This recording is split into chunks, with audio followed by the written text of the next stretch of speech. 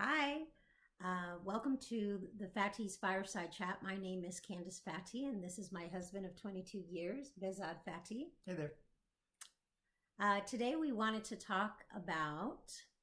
Yeah, we want to talk about advocacy today. I think it's very relevant. All that's going on right now to speak up for others, to be a voice for others, and to allow others to speak. So we both have some things to share about that. And Candace, why don't you go first, baby? So, this week has been a really terrible week for our country. It's been a really difficult week for Bezad and I personally. We are a mixed race family and we have children who are biracial. So, all that has been going on has just really brought a lot of painful memories and painful things to back up again. It's just stirred it back up again. And in light of everything that was going on at the beginning of the week with Ahmaud Marbury's death, a friend of mine in our faith community asked me and another friend who also is a person of color to share about our experiences as children and growing up and what that was like being in different spaces where we were probably the only person of color. And I was really impressed with her courage. I was really impressed with how she was willing to be uncomfortable and how she was willing to do an ask of compassion. And that ask of compassion was just, hey, Candace, I'm white. I don't get it. I want to know more. Can you tell me your story? And so she just shared, she just gave me and this other gal her platform. And we were able to share our stories, kind of carte blanche, very real, very difficult, very raw and authentic for an hour. And then we just, got, answered questions and but it was really beautiful. Yeah. And, for the very first time in, in this sacred community, if you will, right? Because there's certain communities that, the racial topic is not something that we talk about. Mm-hmm. It's a taboo topic.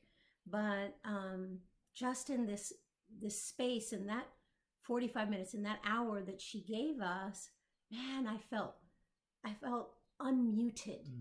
I felt like my voice was valued, and I felt like my story mattered.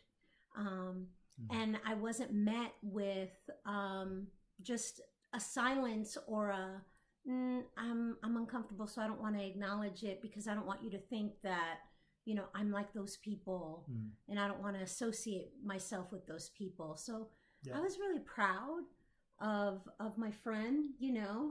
And she was uncomfortable. She didn't know what to say, but it wasn't a place where she was going to be doing the talking.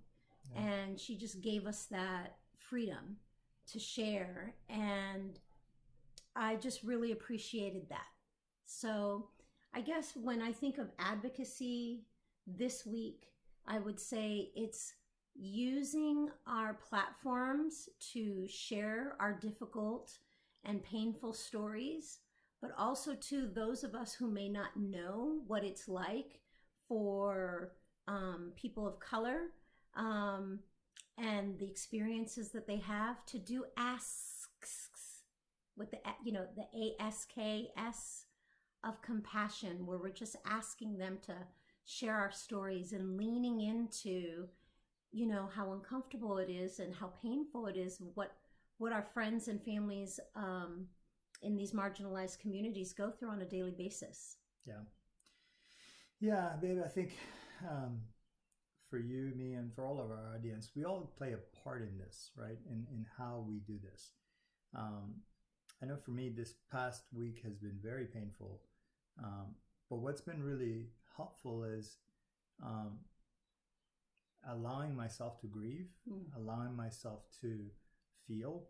It kind of ties a lot of things we've been talking about on this fireside chat for weeks, but really allowing ourselves to take the time to do that, because there have been things that have happened to our family and specifically to our children in their younger age, and even now that Mhm. that you know, whether they've been called things or things have been done to them because of their different look, that I feel like I've just stuffed and not dealt with. Mm. And so part of unmuting, as you will, Candace shared, is also, if you don't experience that, is to create that space for other people. I mean, yes. to allow other people to do that. That's a form of advocacy. Yeah. Because a lot of times we think advocacy, we think we have to say a lot and you know, voice the protest for other people, and you may not have any of those feelings. And maybe your advocacy is simply to create that space and just be still and allow them to express their feelings, whoever it is and whatever it is that they're going through.